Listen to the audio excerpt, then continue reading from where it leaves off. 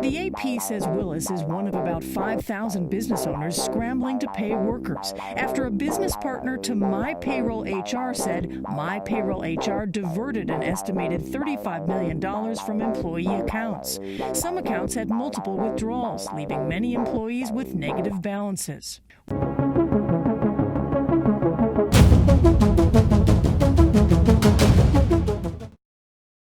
Hello everyone, I've got a video for you today that's going to be about thievery. One thing that I never understood about people who steal stuff is why so many people set their sights so low. The things that you see again and again are all of these people who break into people's cars and steal stuff that they find, or they commit small-time identity theft, or they shoplift from stores. Or even the dumbest type of property crime you could commit. You go and rob a gas station or something like that with a gun, get charged with some serious felonies so that you can take like a couple $100 from the register. Now, I think that crime is reprehensible, and that certainly includes all types of theft. But that being said, if I were to imagine myself as a thief, I wouldn't want to be committing any of these lame small-time thefts. I would want to go big. Of course, the people who steal the most money, the people who really walk away with a lot of dough for the crimes they commit, are white-collar criminals. Why would someone shoplift $200 worth of baby formula when they could embezzle $20 million from the company they work for? To me, it seems like a no-brainer. In fact, I would say that anyone who wants to be a thief who doesn't commit one of these bigger, more lucrative white-collar crimes is stupid. That's not to say that I think that white-collar criminals are smart. I mean, some of them are, some of them aren't. For example, the guy from the Wolf of Wall Street movie, yeah, he had to go to prison, but wasn't for very long, and it still seems like he's pretty wealthy. Seems like he made out of that all right. Now, it's disgusting what he did, and I think that he deserved a lot harsher punishment than he got. But he certainly seemed like he knew how to navigate the system. Now, if you look at someone like Bernie Madoff, on the other hand, well, that guy's never going to see the light of day again. I don't care how much money he stole, doesn't seem worth it to me. But today I want to talk about a different white-collar criminal. One who has committed perhaps, in my view, the dumbest possible white-collar crime that you could commit. Now, for anyone watching this video who's had a job, you would be familiar with payroll deductions. You know all of those things that they take out of your paycheck for taxes, Social Security. If you have a 401k, they probably take your contributions out of your paycheck for that. Depending on how generous your employer is, you might have to pay for your own health insurance and things like that. And when you get paid, there's an associated pay stub, and it shows all of the deductions that came out of your paycheck. Now, the article I'm going to talk to you about involves a CEO of a payroll company who decided that he was going to steal employees' payroll deductions.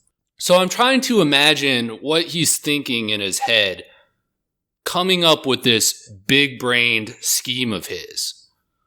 So employees don't have to pay their taxes until April the following year. And you know what? They're not concerned about the money in their 401k accounts all that much until they're ready to retire. So if I just steal people's payroll deductions, they'll never be the wiser. Of course, as we'll see when we read this article, this big-brained idea wasn't so successful. And in fact, people noticed the payroll deduction theft almost immediately. But anyways, the article that I learned about this from is from Krebs on Security, and it's MyPayrollHR CEO arrested, admits to $70 million fraud.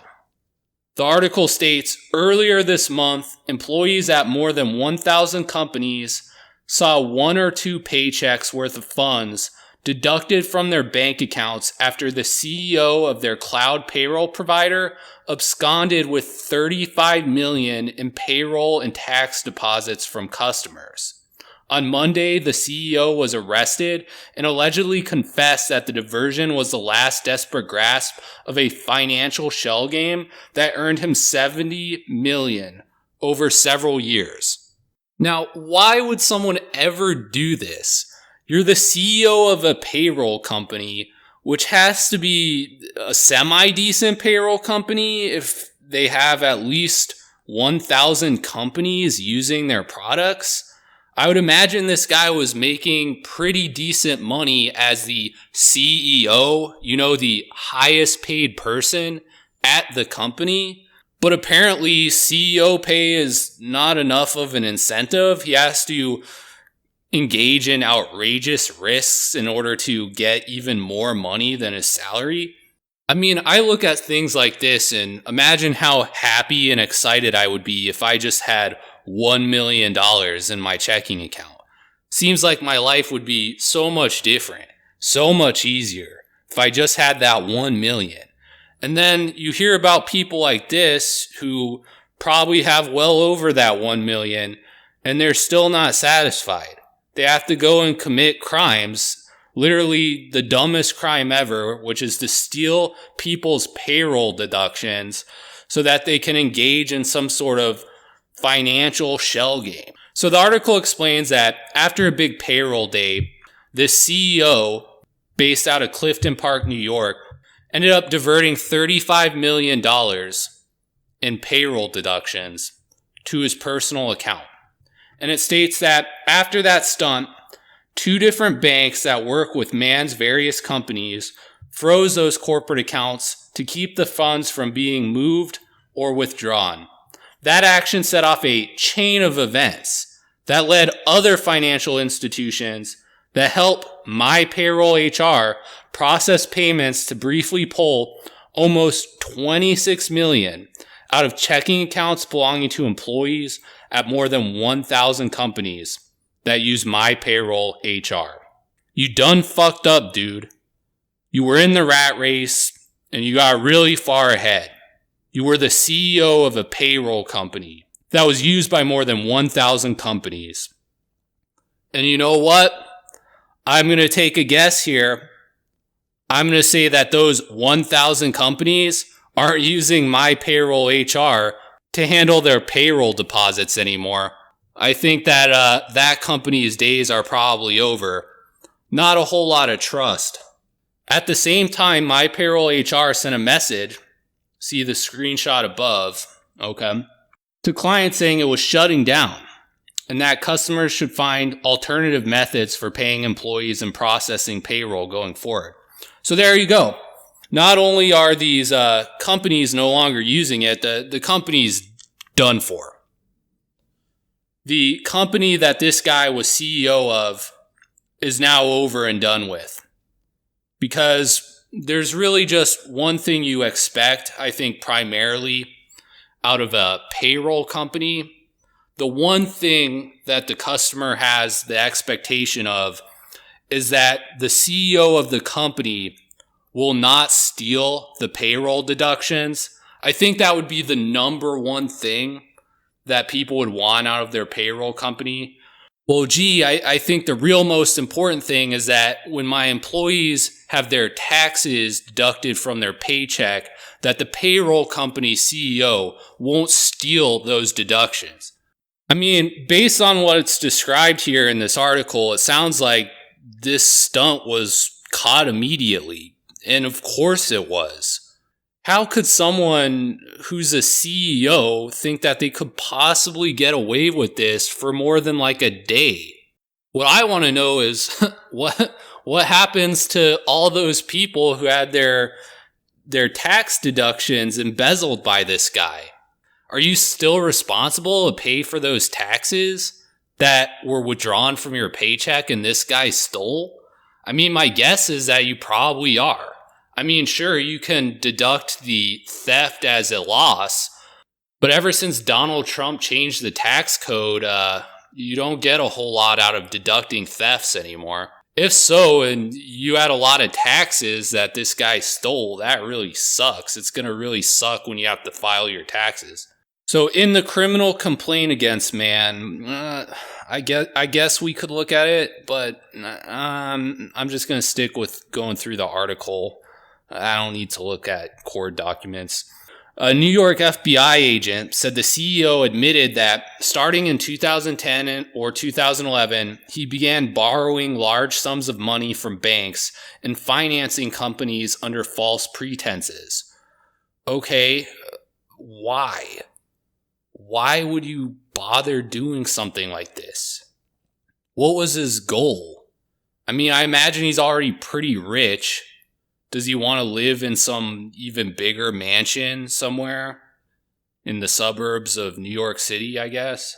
I mean, I don't understand how people can get that greedy. So greedy that they just risk everything to engage in some sort of stupid financial shell game. But I don't know, I guess it's like a gambling addiction or something like that. People just get really caught up in it. They get really obsessed with making money. The article then has a pretty lengthy explanation on what the concept of check kiting is. I'm going to skip through that. If you care, you can read it yourself and learn about check kiting. The article then explains what happened a little bit more in depth. For more than a decade, MyPayrollHR worked with California-based Cachet Financial Services to process payroll deposits for MyPayrollHR client employees. Every other week, MyPayrollHR's customers would deposit their payroll funds into a holding account run by Cachet, which would then disburse the payments into MyPayrollHR client employee bank accounts. But when Mann diverted $26 million in client payroll deposits from Cachet to his account at Pioneer Bank, Cachet's empty holding account was debited for the payroll payments. Cachet quickly reversed these deposits, causing 1 or 2 pay periods worth of salary to be deducted from bank accounts for employees of companies that used MyPayrollHR. Wow, so it's even worse than I originally thought. He didn't just steal the payroll deductions. By doing what he did, it caused an avalanche of banks to basically remove paychecks from the employees of these companies that used MyPayrollHR. Holy shit. Did this guy not see that coming? Because, I mean, I understand, at least in theory, why you might think that people might not notice if you embezzled their payroll deductions. But if the bank is going to take 2 paychecks out of their bank account, like, that's pretty huge. People are going to realize that immediately. You know what I think we're screwed. I think there's enough evidence all over that building to link us to this. Even if we could launder money, I wouldn't want to. What we've done is bad enough. We get caught laundering money, we're not going to white-collar resort prison. No. We're going to federal pound-me-in-the-ass prison. What a stupid crime to commit. It's almost like he knew he was going to get caught and didn't care about that. So is Michael Mann just that stupid? Is he that dumb?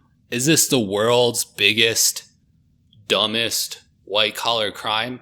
Well, I would say that only time will tell, and I certainly am going to follow through and see what happens with this case. But one thing at the end of this article leads me to believe that perhaps Michael Mann is not so dumb after all. Perhaps there is a method to his madness, and perhaps he has worked out a little plan of his own where he might make it out of this on top. He's not going to go down like Bernie Madoff. He might be the next Jordan Belfont. And I say that because the bottom paragraph of this article says court records indicate Mann hasn't yet entered a plea, but that he was ordered to be released today under a $2,000 bond secured by a family home and 2 vehicles. His passport also was seized. Well, for someone who stole $75 million, I don't think a $2,000 bond is going to ensure that he appears for future court dates. I would guess that most people who stole $75 million, hell, even if they stole, let's just say $2 million, they're not going to care if they lose $200,000. That is a pathetically and stupidly low bond. But it doesn't surprise me because he's being prosecuted by the federal government, and the federal government is incompetent. The U.S. Attorney's offices and the Department of Justice have a long track record of being extremely weak on white-collar crime. And this is a perfect example. You shouldn't give someone who embezzled $75 million a bond of $200,000. Because if this guy decides to take some of his millions of dollars and pay someone off to allow him to get smuggled into some country that doesn't have extradition with the United States, all this guy is going to lose is $200,000. That other remainder of the $75 million he stole, he potentially gets to keep all of it and live like some sort of king in some peasant third world country. So maybe Michael Mann isn't the stupidest white-collar criminal, but who knows? Right now, it remains yet to be seen. So I'm certainly going to follow up on what ends up happening with this federal case against him to see if he ends up getting convicted or if he just runs away with all the money he stole. And I'll definitely post an update to this trial once whatever happens in this case is resolved. But anyways, I'm done talking about this. If you like this video and you're not subscribed, please consider subscribing. If you are subscribed, leave a comment or a message if you liked it. Just letting me know, and maybe I'll do more videos like this that instead of covering politics, cover people who commit actual crimes. Anyways, thanks for watching the video.